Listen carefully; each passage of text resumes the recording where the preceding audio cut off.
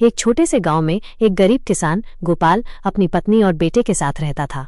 वो बहुत परिश्रमी और ईमानदार था, लेकिन उसकी फसलें बार बार खराब हो जाती, जिससे उसका जीवन कठिनाइयों से भर जाता। उसी गांव में सेठ धनराज नाम का एक लालची व्यापारी भी रहता था, जो गरीबों का शोषण करता था और हमेशा अधिक से अधिक धन कमाने की सोचता था।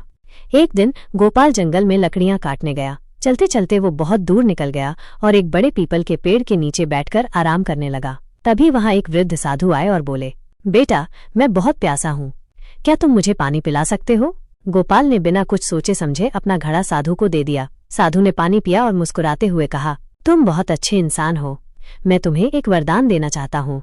ये लो ये छाता। ये कोई साधारण छाता नहीं है। जब तुम इसे घुमाओगे और जो चाहोगे वो तुम्हारे सामने आ जाएगा, लेकिन याद रखना, इसका उपयोग केवल अच्छे कामों के लिए करना।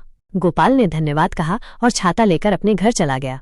गोपाल ने घर पहुंचकर अपनी पत्नी को पूरी बात बताई। पहले तो वो विश्वास नहीं कर पाई, लेकिन जब गोपाल ने छाते को घुमाकर कहा, काश हमारे पास ढेर सारा अनाज होता, तो देखते ही देखते मिट्टी की झोपड़ी में बोरियां भर भर कर अनाज आ गया। वाह, यह तो सचमुच जादुई छाता है, उसकी पत्नी खुशी से बोली। अब गोपाल ने खेती के लिए अच्छे बीज, बैल और नए औजार मांगे। कुछ ही पलों में सब कुछ हाजिर हो गया। धीरे धीरे उसका खेत हरा भरा हो गया और उसकी गरीबी दूर होने लगी। जब सेठ धनराज को ये बात पता चली तो उसके मन में लालच आ गया। वो तुरंत गोपाल के पास गया और कहा, भाई गोपाल, मैंने सुना है कि तुम्हारे पास एक जादुई छाता है, मुझे वो बेच दो, मैं तुम्हें बहुत सारा सोना दूंगा। लेकिन गोपाल ने मना कर दिया, यह छाता किसी लालच के लिए नहीं, बल्कि जरूरतमंदों की मदद के लिए है।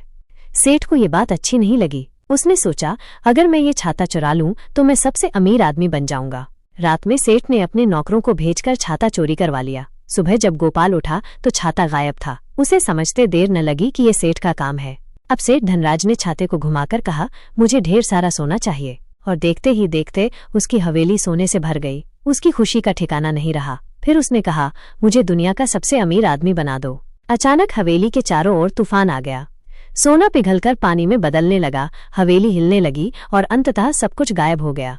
सेठ के पास अब कुछ भी नहीं बचा। सेठ ने डरकर छाता वापस गोपाल को लौटा दिया और अपने लालच के लिए माफी मांगी। गोपाल ने उसे माफ कर दिया और फिर से अपने खेतों में मेहनत करने लगा। अब वो अपने जादुई छाते का उपयोग सिर्फ जरूरतमंदों की मदद के लिए करता था। गांव में कोई भी भूखा नहीं रहता और सब सुखी हो गए। यह कहानी हमें सिखाती है कि लालच का परिणाम हमेशा बुरा होता है, जबकि ईमानदारी और परोपकार से जीवन में सुख शांति बनी रहती है। कहानी पसंद आई तो लाइक और चैनल को सब्सक्राइब करें और कमेंट में बताएं कहानी कैसी लगी।